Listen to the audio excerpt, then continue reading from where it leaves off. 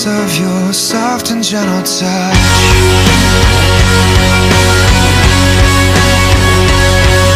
And I don't count the distance, 'cause the thought of you will carry me there.